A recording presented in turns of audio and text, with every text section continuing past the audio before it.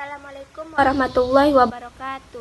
Kami dari kelompok 3 akan mempresentasikan hasil makalah kami yang berjudul Hakikat Manusia dan Pengembangannya. Sebelum kami mulai, saya akan memperkenalkan diri terlebih dahulu. Saya Emawati sebagai moderator, Antikia Dwi Meirani sebagai pemateri 1, Zahratul Aini sebagai pemateri 2, Salpina Fitri sebagai pemateri 3. Baiklah, untuk mempersingkat waktu, kami akan membacakan hasil makalah kami yang akan dibacakan oleh Antika Dwi Meirani. Kepada saudari Antika Dwi Meirani, disilahkan. Assalamualaikum warahmatullahi wabarakatuh. Baik, saya di sini akan menjelaskan tentang hakikat manusia dan pengembangannya. Yang pertama yaitu sifat hakikat manusia. Sebelum kita mengetahui sifat hakikat manusia, terlebih dahulu kita harus mengetahui apa sebenarnya arti kata manusia. Jadi kata manusia berasal dari bahasa Sanskerta, yaitu manu, dan dalam bahasa Latin yaitu mens, yang artinya berpikir, berakal budi, atau homo, yang berarti manusia. Sifat hakikat manusia menjadi bidang kajian filsafat, khususnya filsafat antropologi. Hal ini menjadi keharusan karena pendidikan bukanlah sekedar soal praktek, melainkan praktek yang berlandasan dan bertujuan. Sedangkan landasan dan tujuan pendidikan itu sendiri sifatnya filosofis, normatif. Sifat hakikat manusia diartikan sebagai ciri-ciri karakteristik yang secara prinsipil atau jadi bukan hanya gradual, membedakan manusia dari hewan.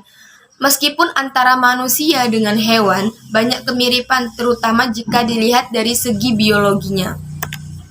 Yang pertama, yaitu kemampuan menyadari diri.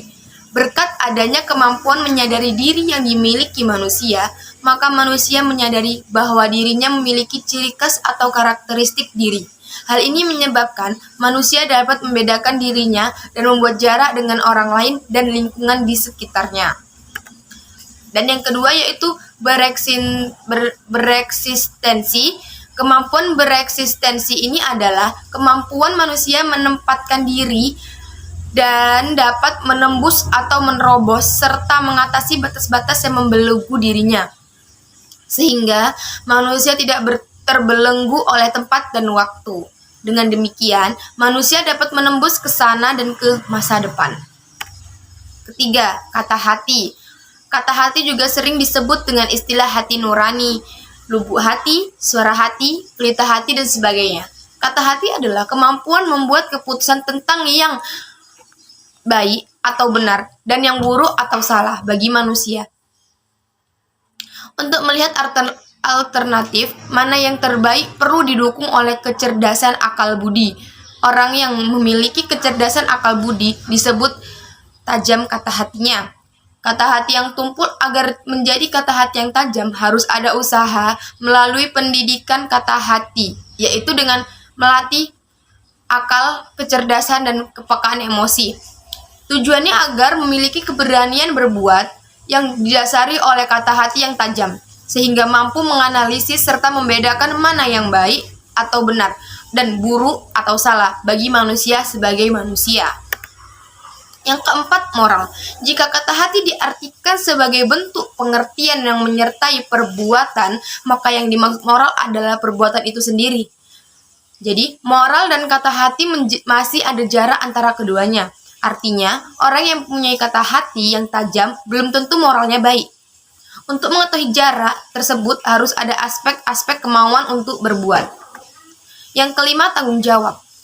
Sifat tanggung jawab adalah kesediaan menanggung segenap akibat dari perbuatan yang menuntut jawab yang telah dilakukannya. Wujud bertanggung jawab itu ada banyak macam-macamnya. Baiklah, kita lanjut kepada pemateri kedua yaitu Zahratul Aini. Kepada saudari Zahratul Aini, disilahkan. Yang keenam, rasa kebebasan. Rasa kebebasan adalah tidak merasa terikat oleh suatu tetapi sesuai dengan tuntutan kodrat manusia. Artinya bebas berbuat apa saja sepanjang tidak bertentangan dengan tuntutan kodrat manusia. Jadi kebebasan atau kemerdekaan dalam arti yang sebenarnya memang berlangsung dalam keterikatan. Yang ketujuh, kewajiban dan hak. Kewajiban dan hak adalah dua macam gejala yang timbul karena manusia itu sebagai makhluk sosial, yang satu ada hanya karena adanya yang lain. Tidak ada hak tanpa kewajiban. 8. Kemampuan menghayati kebahagiaan.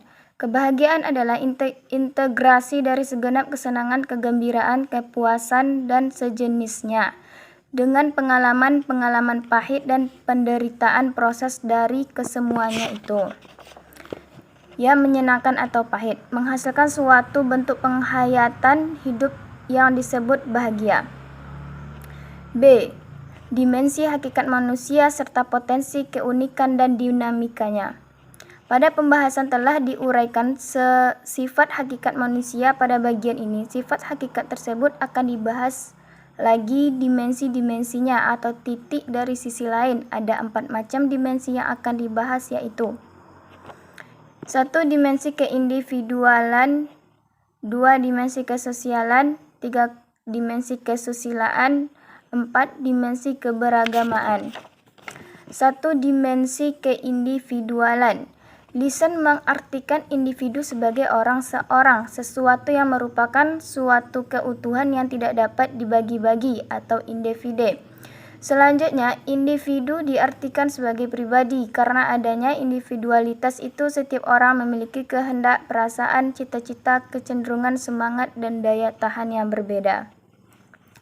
Kesanggupan untuk memikul tanggung jawab sendiri merupakan ciri yang sangat esensial dari adanya individualitas pada diri manusia. 2. Dimensi kesosialan. Setiap anak dikarunia kemungkinan untuk bergaul, artinya setiap orang dapat saling berkomunikasi yang pada hakikatnya di dalamnya terkandung untuk saling memberi dan menerima. Adanya dimensi kesosialan pada diri manusia tempat lebih jelas pada dorongan untuk bergaul. Dengan adanya dorongan untuk bergaul, setiap orang ingin bertemu dengan sesamanya. 3. Dimensi kesusilaan. Susila berasal dari kata su dan sila yang artinya kepantasan yang lebih tinggi. Akan tetapi, di dalam kehidupan bermasyarakat, orang tidak cukup hanya berbuat yang pantas. Jika di dalam yang pantas atau sopan itu misalnya terkandung kejahatan terselubung, karena itu maka pengertian yang lebih dalam bahasa ilmiah sering digunakan dua macam istilah yang mempunyai konotasi berbeda, yaitu etikat atau persoalan kepantasan dan kesopanan, dan etika persoalan kebaikan. Kesusilaan diartikan mencakup etika dan etiket. Kita lanjut ke materi yang ketiga, yaitu Selvina Fitri. Kepada Saudari Selvina Fitri disilakan. Baik, saya akan melanjutkan materi poin 4, yaitu dimensi keberagaman. Pada hakikatnya manusia adalah makhluk religius. Beragama merupakan kebutuhan manusia karena manusia adalah makhluk yang lemah sehingga memerlukan tempat bertopang. Manusia memerlukan agama demi keselamatan hidupnya. Dapat dikatakan bahwa agama menjadi sandaran vertikal manusia. Manusia dapat menghayati agama melalui proses pendidikan agama.